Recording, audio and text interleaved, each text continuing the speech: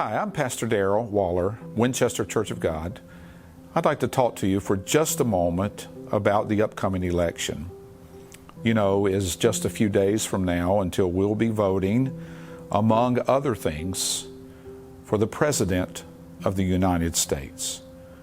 As you have heard, and I'm sure that you believe, this is a very critical election, one that requires you and I to get out and vote, to pray before we do so, and to take this seriously. I have crafted a statement that I wanted to make to our church this coming weekend, but also felt compelled to do so through social media. Tuesday, November the 3rd, is an incredibly important day for all of us, our nation, and our world. As your pastor, I guard with integrity of this ministry.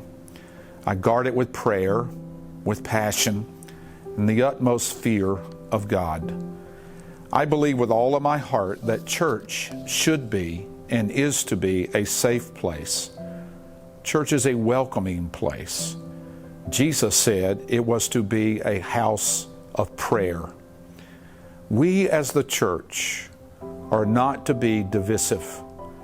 It isn't the goal, nor in the purview of the church's mission, to be a political entity. We are in the pursuit of something much larger than a political process.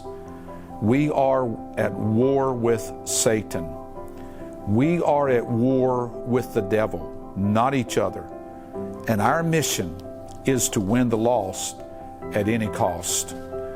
To become political, in my opinion, would divert from the message and the calling of the church. That being said, now and always, I will attempt to lead this church forward in biblical principles and in biblical values. The church, I believe with all of my heart, is the hope of the world. We cannot become bound to the will of man. The pressure to become what we are not is overwhelming. The desires of many who want the church to align itself with a particular political party is mounting. To do so, in my opinion, would censor or eventually destroy our influence. Mind you, we are the church, nothing more and nothing less. I think of the story in Joshua chapter 5. The Israelites are entering into the promised land. Near Jericho, Joshua looked up and saw right in front of him a man standing, holding his drawn sword. Joshua stepped up to him and said, "Whose side are you on, ours or our enemies?" And this angel of God said, "Neither. I am commander of God's army, and I've just arrived. I'm not on your side, and I'm not on their side. I'm on God's side." Now, church, in my opinion, that is the crux of the matter. It isn't about being on one side or the other. It is about you and I being on God's side. No doubt for the community of believers, this is a critical election, as all are critical. Voting. And I'm assuming that every one of you listening to this right now are going to vote if you haven't already. Voting requires that we make the wisest decision possible.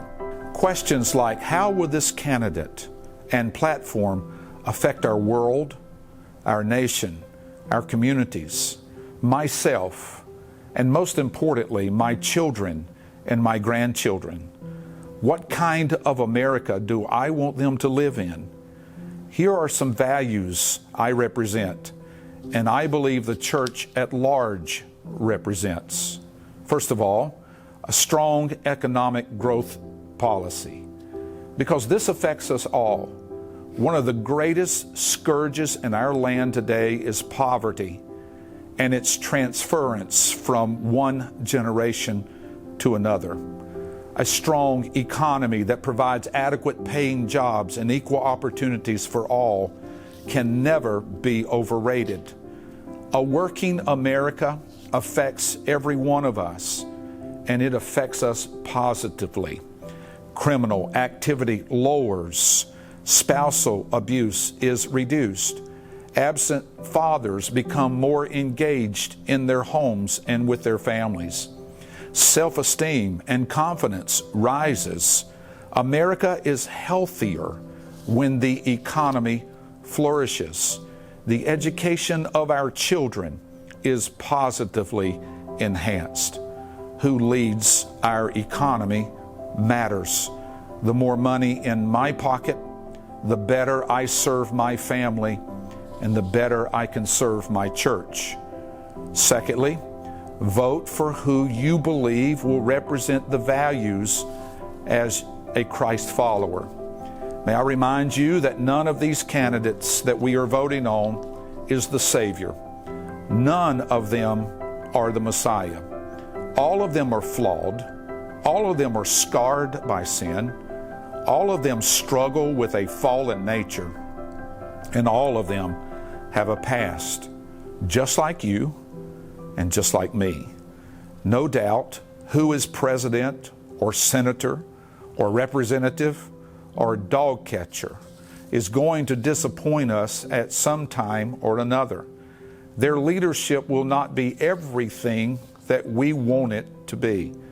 As fundamental and, yes, evangelical Christians, wisdom, prayer, and research should lead us to vote our biblical principles, the principles and the values by which America was built upon. These values must include the sanctity of life, beginning at conception, the sanctity of marriage between one man and one woman, the right to worship God without the interference and infringement of the government or anyone else. Your voice and my voice speaks loudly of what we value and believe when we show up at the polls to vote.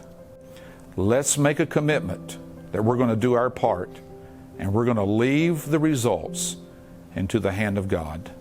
Thank you so much for giving me this time. I appreciate it so much. Blessings to each and every one of you.